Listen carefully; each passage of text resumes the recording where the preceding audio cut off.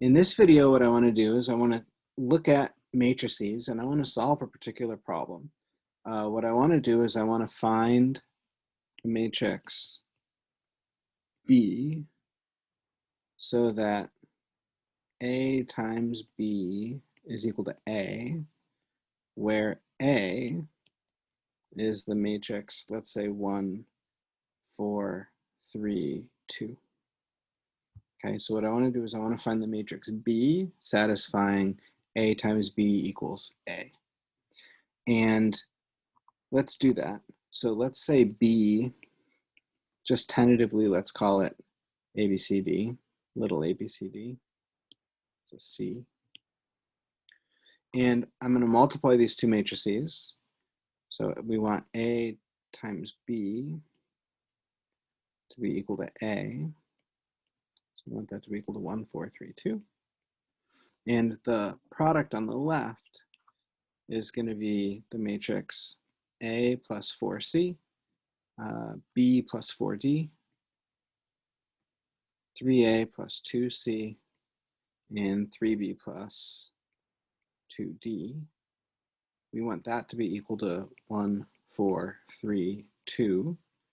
And there's a few different ways that we can do this. Just kidding. There's really only one way that we can do this. But what we want to do, is let's try and solve this. Well, what's really going to happen is we're going to have 4 equations and 4 unknowns. I'm going to say this over and over this semester. It's really like there's only one problem that we're solving over and over and over and over. A lot of linear algebra comes back to the basic high school algebra solving systems of equations. It just does. So a lot of the problems reduce to that. So in our case, we have 4 equations. We have A plus 4C is equal to 1. B plus 4D is equal to 4.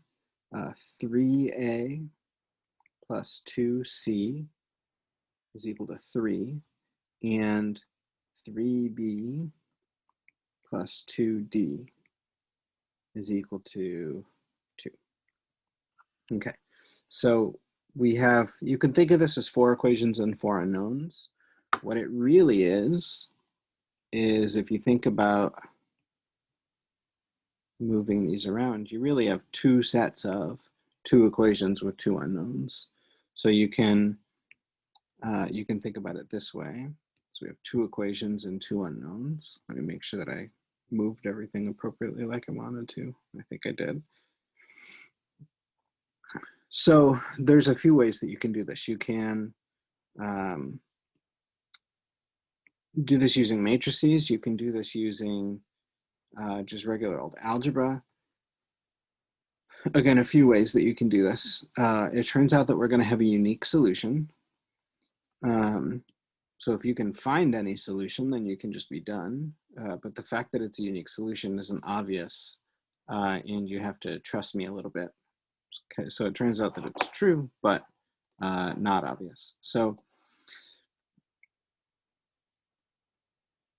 we want to solve this system, and let's see what we're going to get. So let's solve these separately. So we have 2 equations, 2 unknowns, and we're going to do this twice. So what we're going to get is, let's see, we want A plus 4C to be 1, 3A plus 2C to be 3. I can write that as a matrix if I want. 1, 4, 2, 3, 2. So 1, 4, 3, 2. And then augment that with constants 1, 3. And then we can just do row reduction. So we're going to take row 2, replace it with row 2 minus 3 row 1. And this will make it 1, 4, 1. 0 by design. We're going to take 2 minus 12 will be minus 10. And 3 minus 3 will be 0. And then we could take minus 1/10 row 2, make that the new row 2. Let me write that a little better. So row 2 is going to be replaced by minus 1/10 row 2. So it's going to be 0, 1, 0 over whatever is 0. And then we could finally take row 1 and replace it with row 1 minus 4, row 2. So that's going to give us, well, any multiple of 0 is 0, plus 1 is 1. So that means that A is 1 and C is 0. And then you could do this process again, and I'll let you do it. It turns out that B is 0 and D is 1 is your solution that you're going to get from your other system. And so it turns out that B is going to be the special matrix 1, 0, 0, 1. That turns out to be the matrix B, so that A times B is equal to A. Okay, so that's the matrix B. It turns out B has a special name. This matrix, in fact, we're going to call it I. This is called the 2 by 2 identity matrix. And it plays the role that 1 plays in the real numbers. If you think about multiplying anything by 1, you just get whatever you started with. So this is kind of what I'm going to think of as our multiplicative identity. It's the identity that we use when we multiply. Anything times 1 is that, what everything you started with. So it's called the identity matrix. This also works for larger matrices, but we're only going to work with square matrices. You can have kind of a version of this that's going to work with non-square matrices, and you have to be a little bit careful there.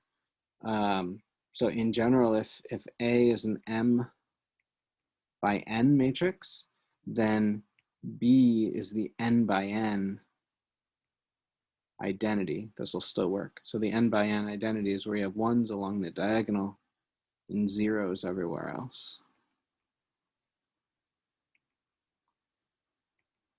Okay, so that's the N by N identity.